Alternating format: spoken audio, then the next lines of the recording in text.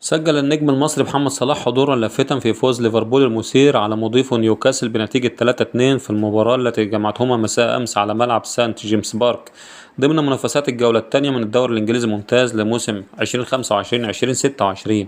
ورغم أن المباراة كانت تتجه نحو التعادل الإيجابي بهدفين لكل فريق، نجح ليفربول في خطف الانتصار في الوقت بدل الضائع بفضل تمريرة حاسمة من محمد صلاح سجل منها زميله نجومها هدف الفوز القاتل. بدأ صلاح اللقاء ضمن التشكيلة الأساسية للريدز وقدم أداء جيدا على مستوى صناعة الفرص قبل أن يتم استبداله في الدقائق الأخيرة من الوقت بدل الضائع بعد صناعته للهدف الثالث. قمة نارية، ليفربول يقهر نيوكاسل بهدف ريو القاتل في الدوري الإنجليزي. شهدت قمة الدوري الإنجليزي الممتاز بين ليفربول ونيوكاسل يونايتد مواجهة مثيرة انتهت بفوز الريدز بنتيجة 3-2 على ملعب سانت جيمس بارك بعدما خطف الناشئ ريو نجومها هدف قاتلا في الوقت بدل الضائع. جرافنبرج يفتتح التسجيل للريدز. رغم تفوق نيوكاسل في الاستحواذ وصناعة الفرص، نجح الهولندي ريان جرافنبرج في تسجيل الهدف الأول لليفربول بالدقيقة 33 عبر تسديدة قوية من خارج منطقة الجزاء اصطدمت بمدافع وغيرت اتجاهها لتسكن شباك الحارس نيك بوب.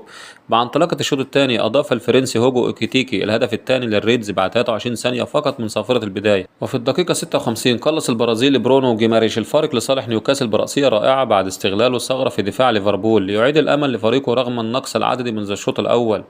أوسولا بطل التعادل في الدقائق الأخيرة قبل صفرة النهاية بدقيقتين فقط. نجح البديل ويليام أوسولا في تسجيل هدف التعادل لتصبح النتيجة 2-2 بعد هجمة سريعة بدأت بتمريرة طويلة من الحارس نيك بوب لتصل إليه داخل منطقة الجزاء ويسكنها بهدوء في الشباك مانحا فريقه نقطة ثمينة أمام جماهيره. هدف الفوز لليفربول في الدقيقة بلس 90 التاسعة من الوقت بدل الضائع خطف الفتى الصغير ريو نجومها الأضواء بعدما سجل هدف الفوز الثالث لصالح ليفربول ليقود فريقه لانتصار مثير على نيوكاسل. اللاعب الشاب البالغ من العمر 16 عاما فقط والذي دخل بديلا في الدقائق الأخيرة استغل كرة داخل منطقة الجزاء ليضعها بلمسة هادئة في الشباك معلنا عن أول أهدافه في أول ظهور له بالدوري الإنجليزي الممتاز في ليلة تاريخية ستظل محفورة في ذاكرته وذاكرة جماهير الريدز. هذا الفوز رفع ليفربول رصيده إلى 6 نقاط بعد فوزه في الجولة الأولى على بورنموث.